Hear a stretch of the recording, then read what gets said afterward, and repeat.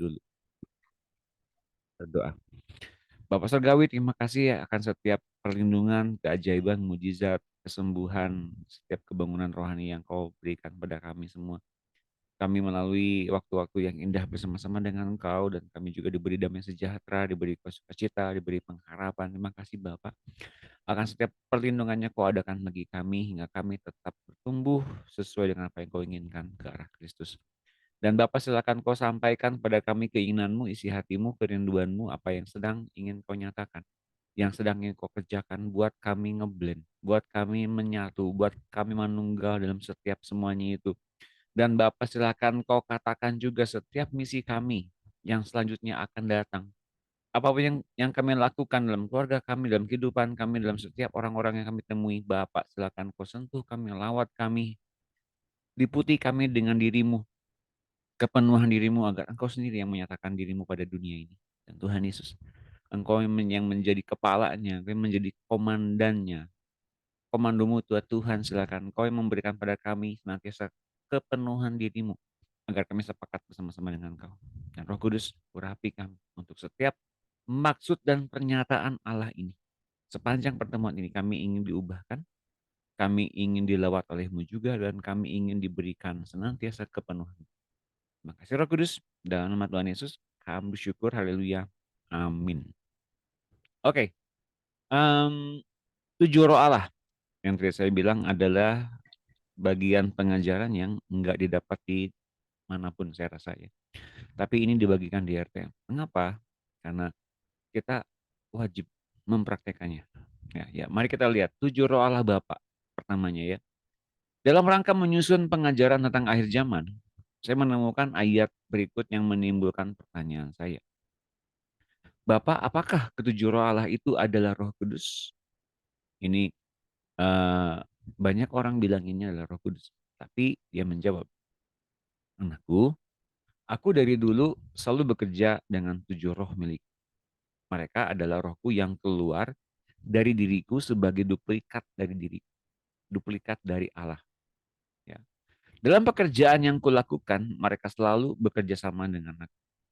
Ketika aku melahirkan anakku dan kemudian Roh Kudus keluar dari diriku, walaupun mereka bekerja sama dan tunduk di bawahku, aku masih harus melakukan sisa pekerjaanku sendiri. Karena itu, aku mengeluarkan lagi ketujuh roh yang membantu aku dalam pekerjaanku untuk mengontrol seluruh bumi. Itu yang membuatku menjadi serba hadir atau omnipresent. Ketika mereka datang dan memberi laporan kepadaku, itu membuat aku serba tahu, omniscience. Nah, prinsipnya apakah betul tujuh roh Allah itu adalah juga Roh Kudus? Ternyata beda. Ketujuh roh Allah itu keluar dari diri Bapa dan semuanya adalah milik Bapa secara pribadi. Nah, nanti kita akan temukan juga ya setiap anak-anak Allah pun punya tujuh roh Allah yang berasal dari Allah juga. Oke. Nah, ini adalah untuk memberikan pertolongan buat Bapak sendiri dan pekerjaannya. Jadi asistennya Bapak Surgawi ketujuh roh Allah ini. Nah, ini yang membuat Allah Bapa menjadi roh yang omnipresence. Membuat dia menjadi Allah yang serba hadir di mana-mana. Dan yang membuat Bapak menjadi omniscience. Dia menjadi Allah yang maha tahu. Ya. Di mana-mana dia banyak tahu juga. Nah, mari kita baca ayatnya, Wahyu 4 ayat 5. Silakan dibaca oleh Ibu Levina. Apakah ada Bu Levina? Mungkin. Oke. Ya, terima kasih.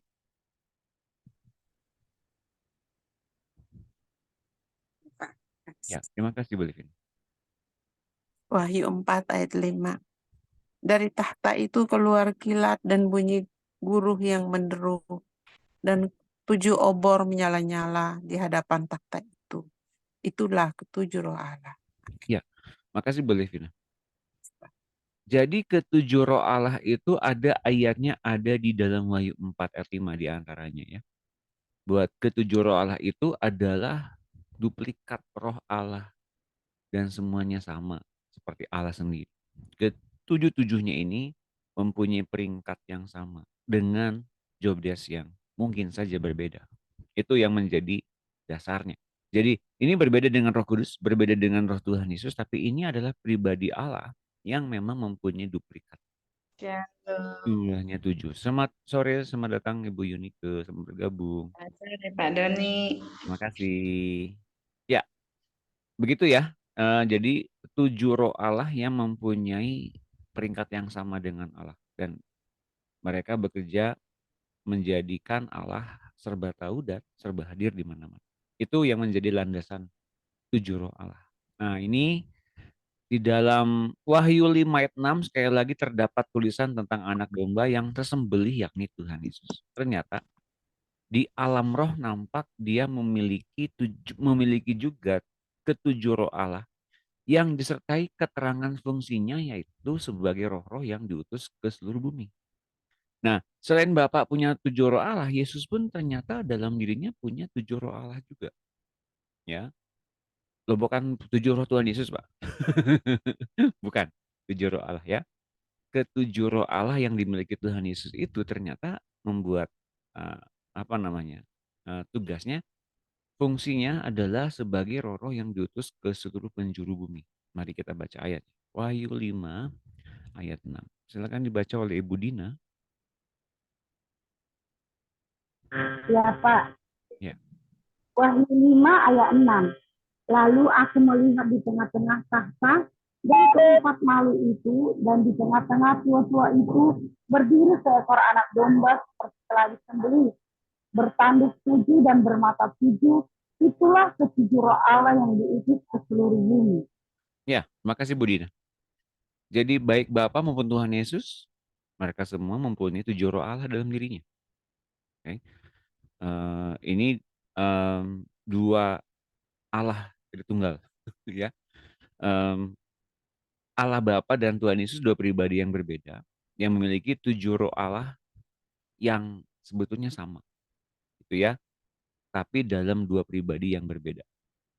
Dua kenyataan ini bahwa Sang Bapa memiliki 7 roh Allah, juga Sang Anak memiliki 7 roh Allah, membuat saya bertanya kepada Bapak, Bapak, kalau engkau memiliki ketujuh roh Allah dan anakmu juga memiliki ketujuh roh Allah, apakah ketika engkau menyuruh anakmu membuat manusia, apakah Adam juga memiliki ketujuh roh Allah? Dan ia menjawab, iya. Jadi setiap orang yang memiliki roh Tuhan Yesus ternyata memiliki 7 roh Allah. Oke, yang sudah lahir baru ya. Tetapi ketika Adam dan Hawa melanggar peraturanku dengan memakan buah pohon pengetahuan tentang hal baik dan jahat, mereka harus keluar dari Taman Eden. Dan dari ketujuh roh Allah itu, yang 3 segera meninggalkan Adam juga. Juga ya. Maka keturunan Adam dan Hawa seterusnya hanya memiliki 4 roh Allah saja di dalam dirinya. Dari 7 tinggal 4, yang 3 padam, tinggal meninggalkan Adam. Apa yang keluar dari Adam dan apa yang masih tinggal? Yang 3 padam, yang 3 keluar, tinggalin Adam, yang 4 masih ada dalam diri Adam. Apa itu? Nah, mari kita lihat ya. Oke, space ini ada pertanyaan? Bisa ya? Bisa dimengerti ya? Saya menyapa dulu buat yang baru datang. Ibu Emi, selamat bergabung. Ibu Yunike, selamat bergabung juga. Ibu Yutun, selamat sore. Selamat bergabung. Terima kasih sudah bergabung. Oke, mari kita Pak, ya, selamat bergabung. Ada pertanyaan kah Ibu Yutun? Pak, Ya. berarti apakah setiap orang yang percaya Tuhan itu sudah memiliki 7 roh Allah itu ya Pak? Oke, percaya Tuhan Yesus mungkin berbeda dengan lahir baru. Saya mesti bisain dulu. Orang percaya Tuhan Yesus, bahkan iblis pun percaya Tuhan ada. Oke, jelas ya. Tapi seseorang yang dilahirkan baru itu, mereka memiliki kapasitas dan potensi yang sama dengan Tuhan sendiri. Karena roh Allah ada dalam diri orang itu. Nah, tapi ingat pertanyaannya adalah, bagaimana agar mengaktifkan penuh 7 roh Allah itu kan? Nah, itu ya, yang terjadi ini yang menjadi masalahnya. Adalah ketika seseorang itu senantiasa selalu dipimpin oleh Roh Kudus sehingga orang ini tenggelam dalam kehadirannya, itu diliputi dengan Tuhan dan pribadinya. pikirannya diserahkan kepada pikiran Tuhan, keinginannya diserahkan kepada keinginan Tuhan, dan ia kemudian diatur demikian rupa oleh sorga untuk kemudian berpikir dan bertindak. Nah, nggak lama kemudian dia akan mengalami kepenuhan Roh Kudus, kepenuhan Kristus, kepenuhan Bapa, dan akhirnya bisa dikategorikan orang ini punya 7 roh Allah. Jadi, apakah 7 roh Allah ini sudah hadir sejak manusia lahir baru? Sudah. Mungkin aktifnya belum. Cara mengaktifkannya bagaimana? Kesadaran bahwa dalam diri orang itu ada Tuhan Yesus. Baru bisa diaktifkan. Nah, itu baru dibilang orang yang mempunyai iman anak Allah. Kalau orang percaya mungkin belum tentu. Itu Bu Itun bedanya. Mengerti ya? Tipis namun jauh bedanya. Ya kan? Jadi Iya, Pak. Iya. semua orang nggak akan mengerti sampai dengan sedalam itu kalau kemudian hanya mendengar pengajaran ini sepintas. Lalu aja. Mesti dilalui dengan berbagai macam buku 1, buku 2, buku 3, buku 4, buku 5. Artinya, selain pengetahuan yang diperbanyak juga kedalaman hatinya Tuhan kita mengalaminya. Gitu loh, teman-teman. Oke, jelas ya bedanya ya. Ada yang mau bertanya lagi? Jelas ya Bu Itun ya? Iya, Ya, Pak. Pak, Terima kasih. Oke, boleh Vina silakan. bagaimana kita bisa membedakan antara 7 roh Allah dengan karunia-karunia roh yang dari Roh Kudus itu? Betul. Pada saat kita bergaul dengan Tuhan dalam doa, dalam penyembahan, bagaimana kita tahu dan bagaimana menggunakannya 7 roh Allah itu? Kalau sehari-hari ini kita bisa berkomunikasi dengan Tuhan, terus kita diberikan roh hikmat, apakah sama dengan 7 roh Allah itu, Pak? Mana, Pak? Ya, sebetulnya hampir sama ya, karena memang punya kemiripan. Cuman karunia Roh Kudus adalah diberikan kepada orang percaya yang memang ditenggelamkan oleh kepenuhan Roh Kudus. Oke. Jadi saya bilang bahwa Roh Kudus membawa kita kepada kepenuhan demi kepenuhan juga. Kepenuhan dirinya, kepenuhan Roh Kudus, kepenuhan Kristus, kepenuhan Allah. Nah, dalam prakteknya tentu saja dalam awal-awal dia bertumbuh, dia hanya mengenal karunia Roh Kudus. Oke, karena itu adalah sesuatu hal yang diberikan untuk pelayanan. Untuk pelayanan ya. Tapi kepenuhan Allah yang dilalui oleh kepenuhan Kristus terlebih dulu, jadi mesti mengalami Kristus seperti apa dan bagaimana perasaan dan pikirannya, kerinduannya, maka itu kemudian akan berlanjut ke dalam fungsi ketujuh roh Allah. Dan ini menjadikan kita bisa mengenal Bapa, sebetulnya pribadi Bapa yang penuh dalam diri kita. Sekali lagi ini hanya bisa dilalui oleh kepenuhan Kristus. Bagaimana Kristus memperkenalkan kepada kita siapa Bapa itu. Sesuatu yang kemudian tidak diberikan wewenang oleh Roh Kudus sebetulnya. Oke. Kalau oleh Roh Kudus kita mengenal siapa Tuhan Yesus, tapi oleh Tuhan Yesus kita bisa mengenal pribadi Bapa. Ini bedanya. Nah, fungsinya, kelengkapannya mungkin hampir mirip sebetulnya. Karena segala sesuatu berasal dari Allah. Tapi yang menjadikan kita, ingat ya tadi yang menjadikan kita membedakan ini dengan karunia roh, kita menjadikan diri kita ini seperti Bapa. Banyak tahu dan hadir di tempat dengan banyak dalam satu waktu yang bersamaan. Omniscience dan omnipresence. Ini fungsi 7 roh Allah atau kapasitas 7 roh Allah atau kekuatan 7 roh Allah atau bedanya dengan karunia roh. Membuat Allah jadi omnipresence, omniscience. Bukan membuat kita jadinya omniscience atau omnipresence. Mengertikah itu? Jadi ini untuk kepentingan Bapa Surgawi, bukan untuk kepentingan kita. Misalnya kita ingin nunjukin bahwa kita mempunyai 7 roh Allah, kita akan fungsikan ini kita akan tunjukkan ini kepada banyak orang. Nah itu enggak jadi 7 roh Allah itu jadinya. Itu jadinya malah kedagingan atau itu kekuatan latihan jiwa yang berasal dari 4 roh Allah yang masih ada dalam diri manusia tapi 3-nya padam. Jelas bedanya di situ. Gitu Bu Levina. Kita jawab nggak? Iya, Pak, berarti kalau kepenuhan Roh Kudus berarti karunia Roh Kudus yang bekerja, sedangkan kepenuhan untuk apa? Untuk 7 roh Allah itu jika sudah mengalami kepenuhan Kristus Yap, sampai ke Bapa baru bisa 7 roh Allah itu bekerja atau bergerak, gitu betul, Pak. betul. Iya, Berarti itu seperti apa ya? Seperti sudah mengalami peningkatan rohani yang sudah menyatu dengan Bapa gitu. betul. Apakah seperti itu? Seolah-olah seperti suatu peningkatan rohani ya. Tapi saya lebih lebih lebih pas tuh bilang begini. Bagaimana Bapak bikin tubuh baru dalam diri kita? Kalau Oh, kalau kita bilang peningkatan rohani, mungkin kita akan bilang, oh ya saya udah maju di tingkat ini nih gitu ya. hmm. Jadinya kalau gitu kesombongan kan. Ya nggak? Iya, betul Pak. Tapi saya lebih suka gini, Bapak lagi bikin tubuh baru nih, tubuhnya di dalam tubuh kita ini. Dia lagi bikin tubuh yang baru lewat tubuh kita. Tubuh Bapak itu bermanifestasi dalam diri kita. Rohnya bermanifestasi dalam tubuh jasmani kita. Hingga menjadikan dia jadi omnipresence dan omniscience untuk kepentingan sorga. Nah ini saya lebih sukanya begitu. Oke, kita bisa bilang ini peningkatan rohani boleh. Tapi ujung-ujungnya jangan sampai ke kesombongan. Iya, Biasanya tidak sih Pak. masuknya ke situ. Maksudnya untuk lebih mudah mengerti gitu. Maksudnya Betul.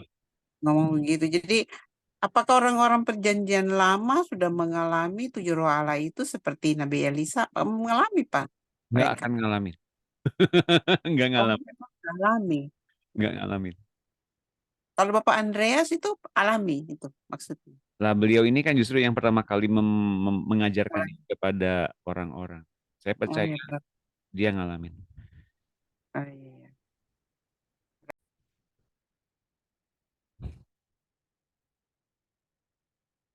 Contoh ya, contoh.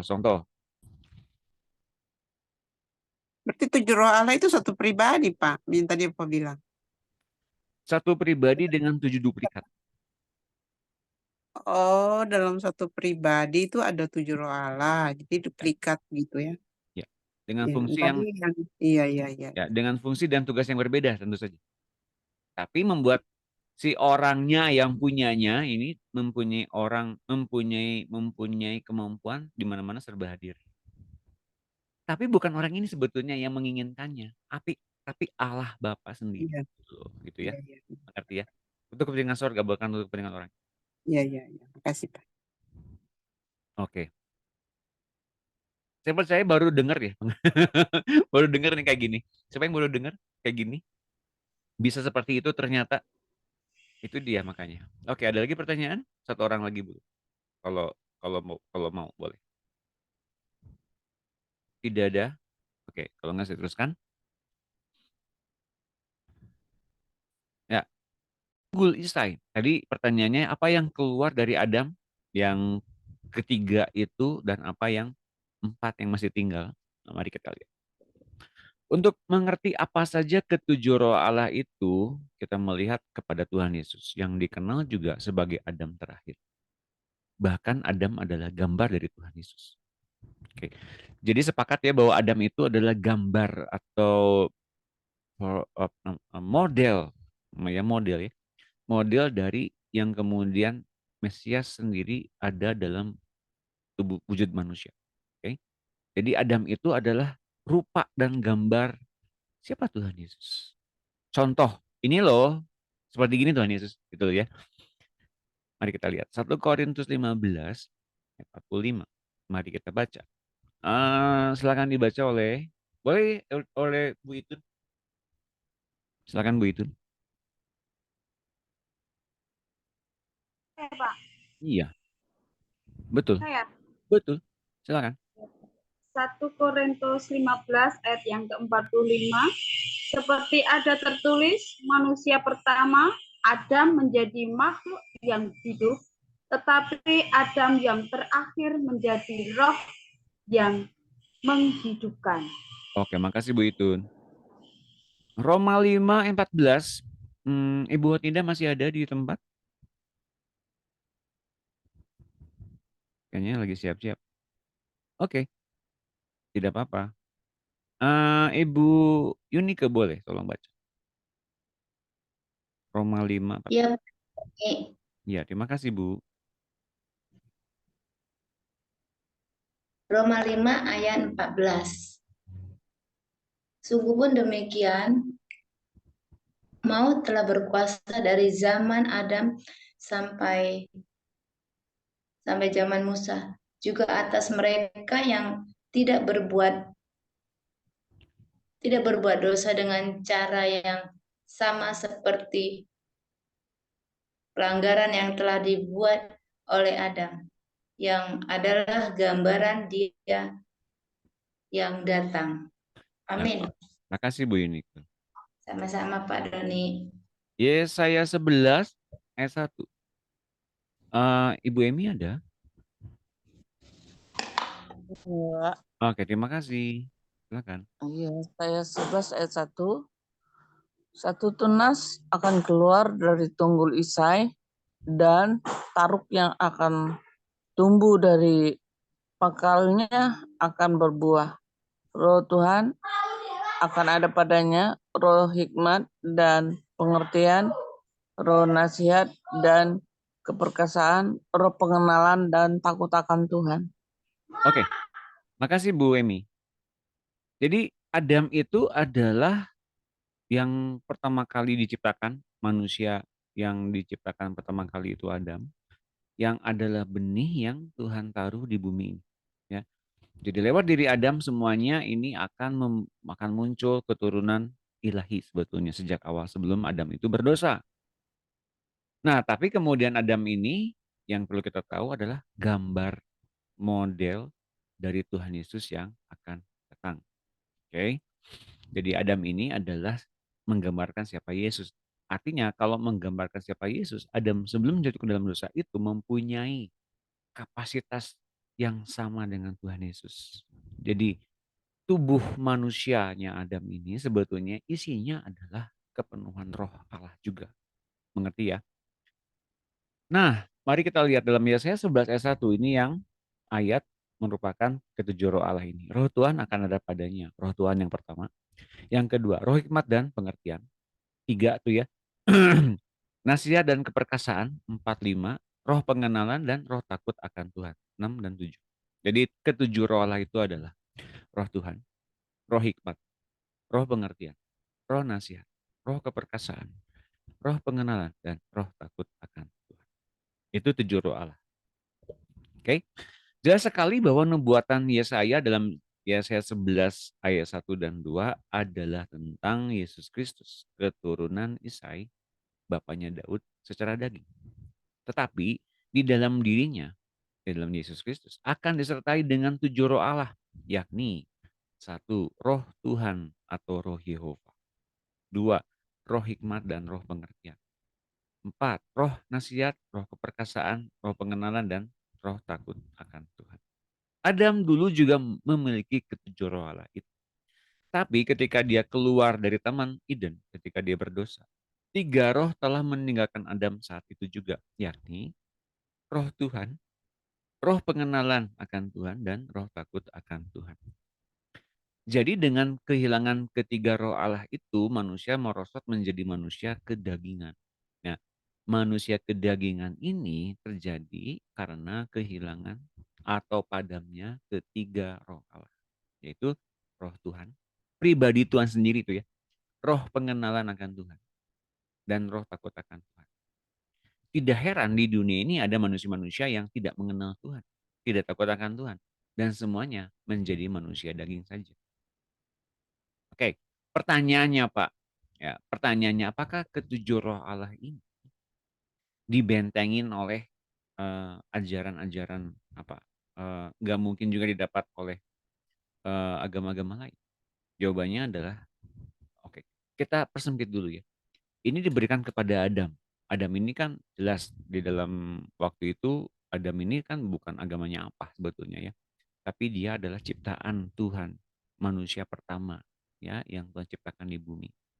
Dan Adam ini sejak ia berdosa menurunkan manusia-manusia di bumi ini. Nah, semua manusia-manusia di bumi ini kan artinya manusia itu entah dengan agama dan kepercayaannya apa saja gitu ya. Mereka mempunyai 4 roh Allah yang padam, bukan? Dan 4 roh Allah yang padam itu adalah yaitu roh pengertian, roh hikmat, roh nasihat, roh keperkasaan. Oke? Nah, ini menjadikan manusia dengan sisa 4 roh yang masih ada dalam diri mereka yang belum diperbaharui, menjadikan mereka seolah-olah mengenal Tuhan, padahal mereka sama sekali tidak mengenal Tuhan. Seolah-olah mereka punya hikmat, tapi bukan dari hikmat Tuhan, tapi hikmat yang berasal dari sisa 4 roh Allah yang masih ada yang dalam diri manusia, namun itu kedagingan. Enggak bersifat ilahi sama sekali. Jelas teman-teman? Jadi ini sisa manusia, sisa manusia, ya sisa manusia semua yang ada di bumi ini yang berbeda agama kepercayaan apapun itu, seolah mereka punya hikmat, seolah mereka punya keperkasaan, seolah mereka punya satu intelijensi yang kita pikir itu merupakan satu yang ilahi, padahal bukan. Memang bukan. Sampai dengan Kristus merubah mereka, mereplace semua yang mereka punya menjadi mereka sepenuh Roh Kudus, sepenuh Kristus, dan akhirnya Kristus sendiri membawa orang itu masuk kepada kepenuhan Allah. Kalau kita lihat buku 13 ini temanya tentang kepenuhan Allah. Dan 7 roh Allah baru diajarkan dalam rangkaian kepenuhan Allah. Bukan pada saat kelahiran baru. Nggak mungkin orang bisa mendapatkan ini pada saat dia lahir baru. Nggak mungkin. Jelas teman-teman bedanya ya? Bagus tadi pertanyaan Bu Levina, saya pertajam di sini. Jadi nggak setiap orang yang lahir baru, dan Bu Itun juga ya, nggak setiap orang yang lahir baru langsung menerima 7 roh Allah. Memang menerima, tapi mengaktifkannya masih belum bisa. Gitu loh bedanya ya. Jadi mengerti bedanya sini ya. Mari kita bahas Kejadian 6 ayat 3.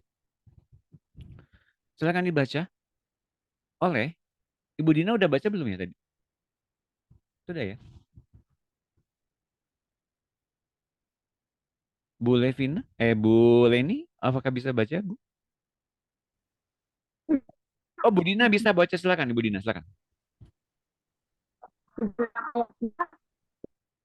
Nah, lama-lamanya tinggal di dalam manusia, karena manusia itu adalah daging, tetapi umurnya akan 120 tahun saja. Oke, makasih Bu Dina. Kita lihat di sini. Roh Tuhan itu tidak tahan dalam diri manusia. Mengapa? Karena manusia itu adalah daging. Nggak tahan dia. Jadi umurnya akan dibatasi sampai dengan manusia daging itu 120 tahun saja. Mesti mengenal Tuhan, mesti dipulihkan Tuhan, mesti mendapatkan pemulihan kebangunan rohani maksimalnya 120 tahun. Oke, itu dibatasi. Emang tadinya berapa tahun? Siapa yang tahu umur Adam ketika meninggal? Berapa tahun itu umur? Siapa yang tahu? Umur Adam ketika meninggal, saya lagi ngedata ini. Yang paling tua di Alkitab siapa? Siapa yang tahu? Adam meninggal pada umur berapa tahun? 930 tahun. Sementara orang yang tertua yang tercatat dalam Alkitab yang hidup adalah Metusalah. 960 tahun. Oke. Nah, sekarang pertanyaannya, kok bisa sampai dengan di-cut begitu oleh Tuhan sampai maksimalnya 120 tahun? Karena manusia itu adalah daging. Dan tercatat dalam Alkitab bahwa ternyata Allah begitu melihat manusia itu jahat, Allah memusnahkan mereka dalam banjir Nuh, banjir bah pada zaman Nuh. Hingga banyak orang menyimpulkan Allah itu penuh dengan kemurkaan. Allah itu penuh dengan amarah. Ketika melihat berdosa begitu, langsung kemudian dipenuh dengan amarah. Dia langsung saja bikin benih yang baru aja ketika Israel itu tegar tengkuk dan hendak menjadikan Musa sebagai benih ilahi yang baru. Apakah Allah Putus-putus, Pak. ya? Putus-putus. Oh, putus-putus. Iya, Mana tadi putus-putusnya? Oh, putus-putus ya. Tes. iya, tadi Bapak tidak kedengaran, terus baru kedengaran. Oke. Bilangin Saya lihat dulu kondisi internetnya. signal kali Pak. Iya ini. Bentar ya, saya cek dulu. Nah, udah balik lagi sekarang. Oke. Ih. Ini tes 1 2 3, gimana suara saya? Bagus Pak. Oke. Bagus, Pak, bagus. Saya ulangi lagi yang tadi saya bagikan. Mengapa pada zaman Nuh Tuhan marah dan kemudian Allah marah, kemudian dia menghabiskan manusia. Hingga disimpulkannya adalah Allah itu adalah penuh dengan murka dan amarah. Ketika melihat dosa, dia nggak tahan. Dia hancurkan manusia, ia binasakan manusia, dan kemudian dia tenggelamkanlah air. Pada zaman Israel, di padang gurun, kemudian dia nggak tahan juga melihat bangsa Israel tegak tengkuk dan kemudian bersungut-sungut, maka ia hendak menjadikan Musa sebagai benih ilahi yang baru. Dia akan matikan semua orang-orang Israel. Dan kemudian banyak orang menyimpulkan, Tuhan itu penuh dengan amarah, penuh dengan murka ketika melihat dosa yang begitu banyak. Siapa yang setuju dengan itu semua? Betulkah Allah kita penuh dengan murka saja? Enggak ya? Kalau kita lihat dalam Kejadian 6, ketika orang di bumi semuanya ini kecuali Nuh berbuat yang jahat, berperilaku yang jahat, dan kecenderungan hatinya hanya kejahatan semata-mata. Apa kita bilang? Maka sedihlah Tuhan. Nah, itu yang banyak orang nggak tahu. Maka sedihlah Tuhan. Maka menyesallah Tuhan. Bisa kita katakan, Tuhan berduka cita ketika orang di bumi yang diciptakan sejak Adam kok jadi begini, melenceng.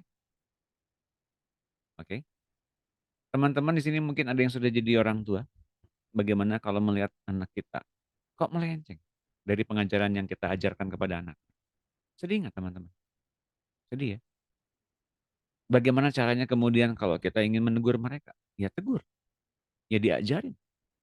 Dengan kasih, bukan? Nah, banyak orang Iya, gangguan. tes. Tes 1, 2, 3. Yang lain bagaimana, suara saya terdengar dengan jelas kah? Putus, Pak. Aduh, putus-putus lagi ya. Iya, putus. Sekarang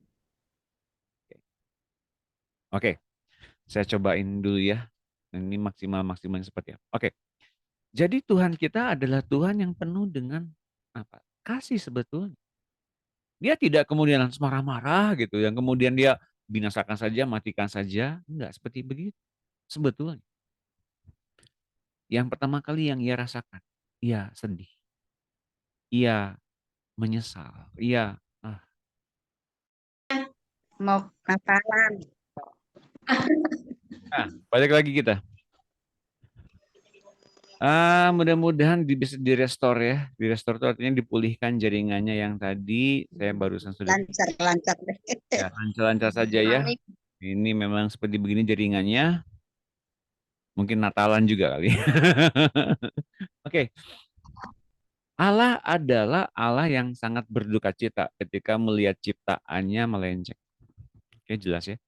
Allah sangat bersedih hati kalau kemudian yang ia ciptakan kemudian mempunyai satu kecenderungan hati yang jahat. Kok bisa ya? Diciptakan serupa dengan dirinya sendiri, tapi kok berbeda sifat dan karakter? Kok bisa? Siapa yang membuat dia seperti ini? Siapa yang membuat manusia seperti ini? Gitu teman-teman, ya Bapak Ibu sekalian. Jadi jangan melihat bahwa mesti dibinasakan, mesti semuanya dihancurkan, mesti ditenggelamkan oleh air bah, bukan. Tapi ia pertama kali dalam Alkitab tercatat ia bersedih melihat manusia yang diciptakannya seperti itu rusaknya. Nah, itu yang terjadi teman-teman. Yang kemudian kita harus tahu adalah manusia itu daging, maka mesti dibatasi oleh Tuhan. Untuk menemukan siapa Tuhan, maka kita memerlukan dirinya sendiri. Maka ia adalah Tuhan juga yang ingin bergaul dan menerima dengan sukacita setiap orang yang ingin bergaul dengannya. Ya, bergaul dengannya.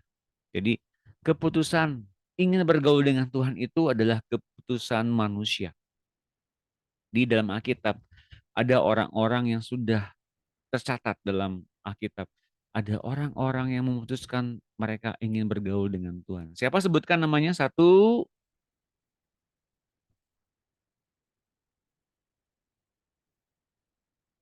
Henok. Tepuk tangan Bapak Marta. Yang kedua. Elia disebutkan bergaulkah? Enggak. Tapi memang berjalan karib dengan Tuhan dan nurut sama Tuhan. Sisa 15 tahun hidupnya. Tepuk tangan. Satu lagi, satu lagi, satu lagi. Abraham. Abraham disebut sahabat Tuhan, disebutkan sebagai sahabat Tuhan, bukan bergaul saja tapi dekat dengan Tuhan. Oke, tepuk tangan. Satu lagi, yang tercatat bergaul dengan Tuhan dan Tuhan berkenan kepada dia. Ayub. Ayub itu orang yang sebetulnya nggak bergaul dengan Tuhan, tapi dalam pandangan Tuhan di tanah Uz, Ayub ini dekat dengan Tuhan dan Tuhan berkenan kepada dia. Tepuk tangan. Oke. Coba lagi, satu lagi, belum tepat, belum tepat. Satu lagi. Nuh. Musa. Musa. Musa. Nuh. Musa. Nuh. Oh, Nuh iya, adalah Nuh. dalam Oke. pandangan Tuhan dia bergaul dengan Tuhan. Dan kalau kita lihat baca Alkitab dalam bahasa Inggrisnya, bergaul itu artinya berjalan bersama-sama dengan Tuhan. Oke? Artinya berjalan bersama-sama dengan Tuhan. Bagaimana Tuhan yang ada di sorga dan manusia di bumi itu bisa berjalan dengan Tuhan? Apakah membuat Tuhan itu ada di bumi dan berjalan-jalan dengan Ayub, dengan Nuh, dengan Henokh? Tapi tentu saja nggak seperti itu, bukan? Yang terjadi adalah Henokh memberikan kesempatan untuk Tuhan mengatur pikirannya, mengatur rancangan pikirannya, mengatur keputusannya.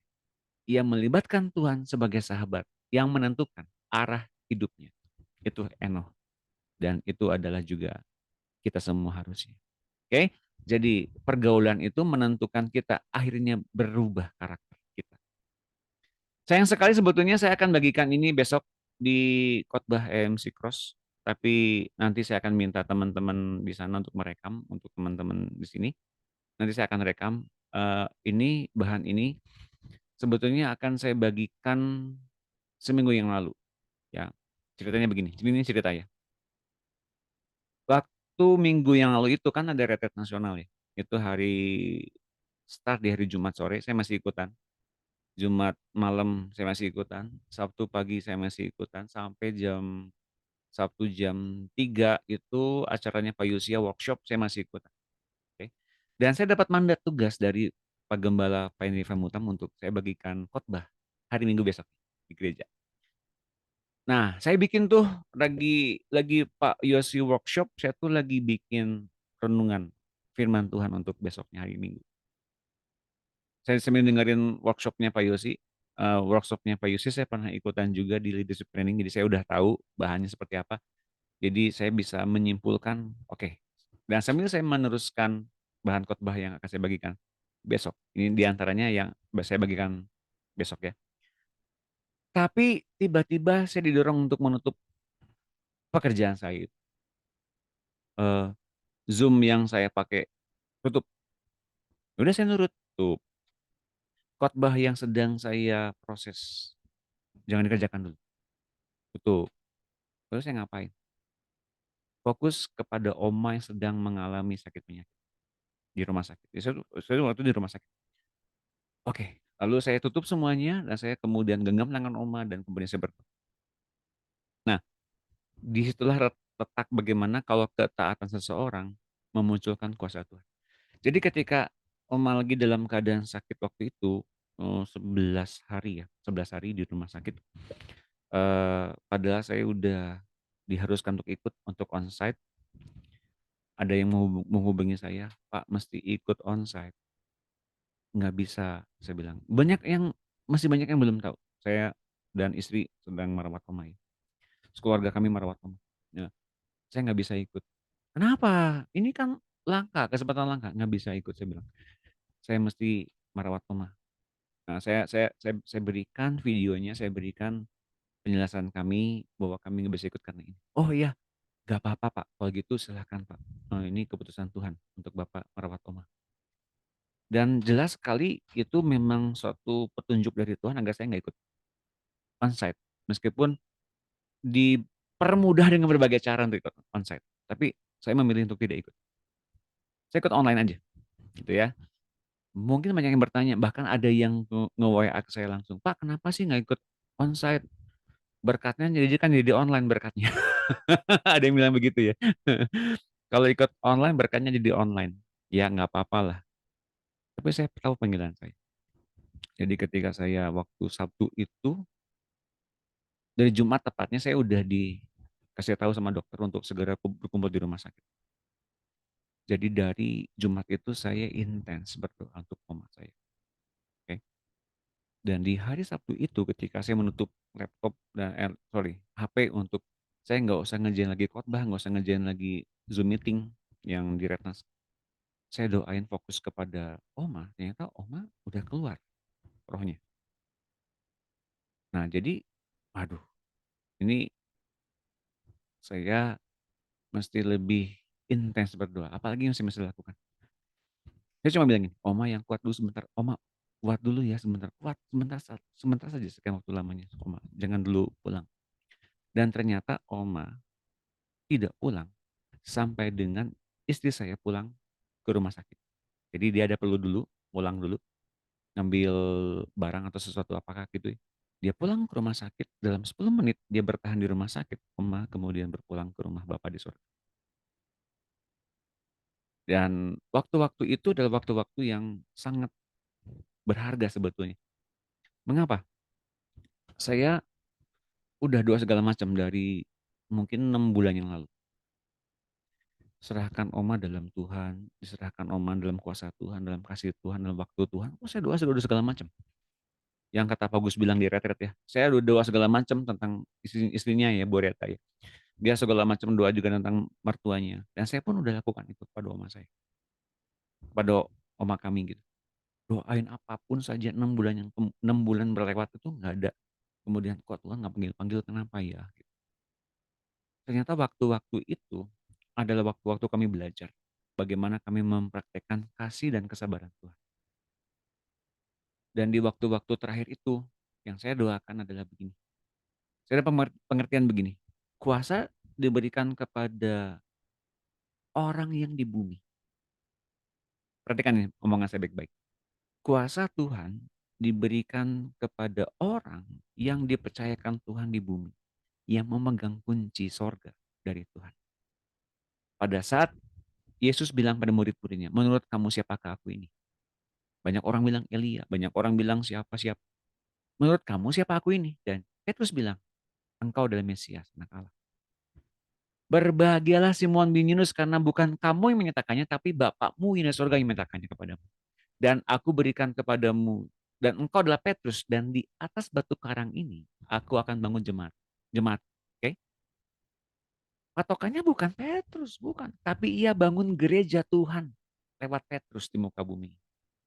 Jadi yang Tuhan berikan kunci kerajaan sorga itu, yang ketika kita ikat di bumi, di sorga akan diikat juga. Yang kita lepaskan di bumi, di sorga dilepaskan juga. Itu gereja yang melakukannya. Bukan Petrus, gereja. Siapakah gereja itu? Kita. Kitalah sebagai umat Tuhan, sebagai tubuh Kristus, sebagai tubuh Bapa, sebagai tubuh Roh Kudus, yang memberikan kepada orang-orang yang hendak dilepaskan dari setiap yang jahat atau setiap kelemahan tubuh apapun itu, hingga mereka ketika di sorga semuanya lepas tanpa sakit penyakit lagi. Dan ini saya lakukan dalam sekian dari jam 1:30 ketika saya pertama kali jaga tuh. Enggak, 1:30, jam 11 sampai jam 3:30, 3:30. Doain terus, doain terus, doain terus. Buat oma, kan oma tuh panggulnya patah ya. Jadi ketika saya doa itu, saya doain panggulnya direparasi, panggulnya yang baru, yang tanpa patah tulang, jadi oma bisa berjalan. Lalu kemudian oma diremajakan kembali seperti anak-anak. Saya doanya gitu. Kok gitu doanya ya? Nah, nanti ada ceritanya. Ketika saya berdoa begitu, tadinya oma tuh mau di ventilator pasangin bolongin. Masukin pipa untuk dia bernafas dengan mudah. Tapi kami menolaknya. Kenapa? Karena ini memisahkan kita dari oma. Oma kalau pasang begitu di ruang khusus, nggak boleh ada orang. Jadi di saat terakhir hidupnya oma dipegang oleh anak-anak. Dia nggak lalu itu sendirian. Dan saya bilang ini, waktu saya berdoa sama oma di kamar itu, oma lihat Tuhan Yesus. Oma lihat Tuhan Yesus. Dan Entah kenapa, saya melihat wujud bukan seorang nenek-nenek yang lemah setelah kita berdoa ya. Dan saya nggak melihat sosok nenek-nenek yang sakit, serba dipasang kateter, serba dipasang infus, serba dipasang sonde, serba dipasang apapun biar dia tetap bertahan hidup. Tapi sosok seorang perempuan yang dimudahkan kembali oleh Tuhan. Hilang. Suaranya hilang. Sekarang gimana? Tes, tes, tes. Sudah kembali, Pak. Tadi hilang. Seorang perempuan yang dimudahkan kembali Tuhan Yesus. Dan sudah dibawa oleh Tuhan Yesus berjalan. Saya kaget. Wah, ternyata ada di belakang saya. Bersama dengan sosok seseorang pria yang memakai baju putih namun nggak kelihatan mukanya. Dan ketika saya melihat yang saya lihat adalah begini. Omanya lagi menghadapnya ke pintu luar dan dia menoleh gini. Senyum ke saya gini. Waduh, berarti ini bentar lagi mau pulang nih. Saya udah punya firasat begitu ya. Dan istri saya baru pulang sekitar jam setengah 4. Dan Oma meninggal jam 16.26. Ketika pulang,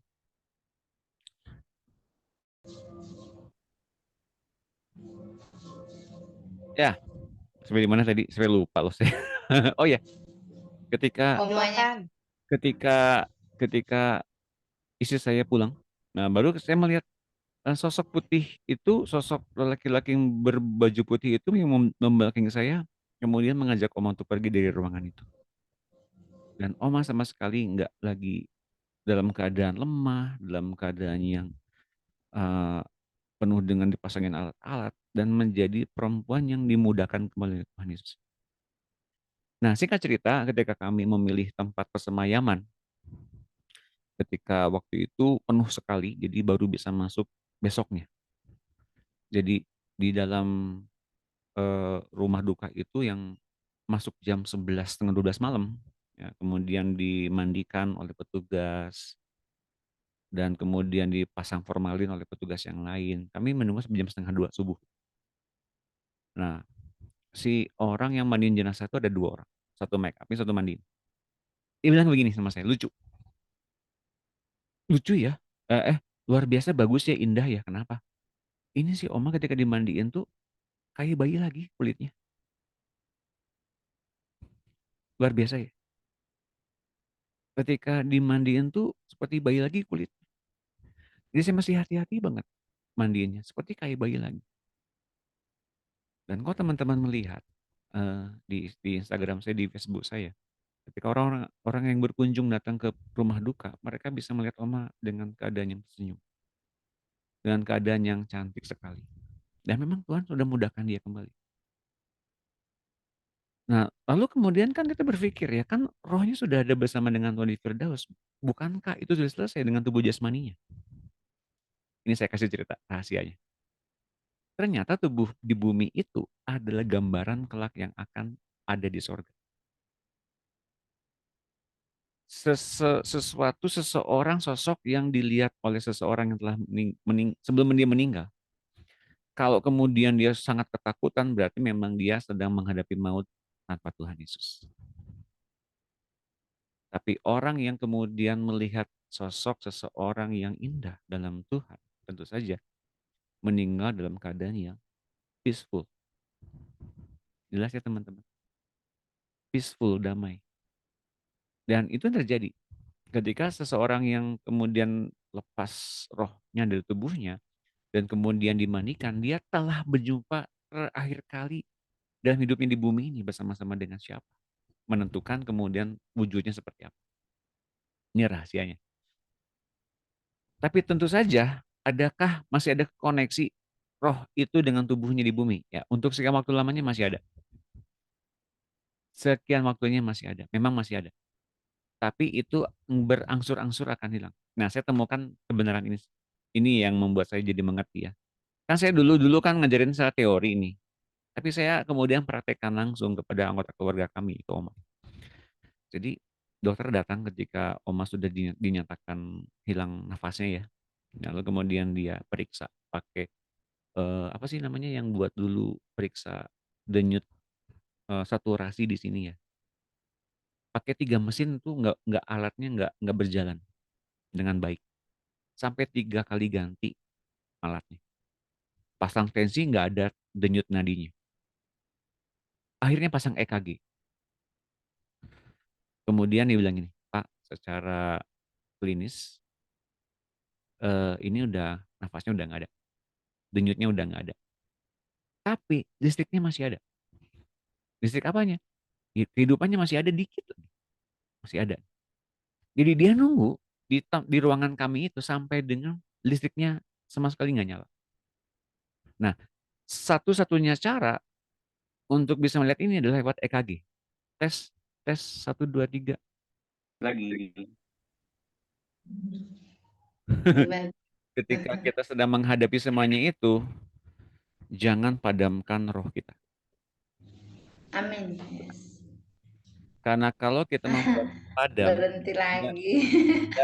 dia nggak bisa membuat kita menjadi Oh, orang. itu kuncinya, jangan padamkan roh.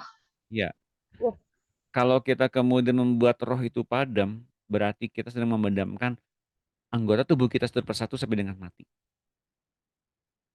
Ya, tes. Mati lagi dia.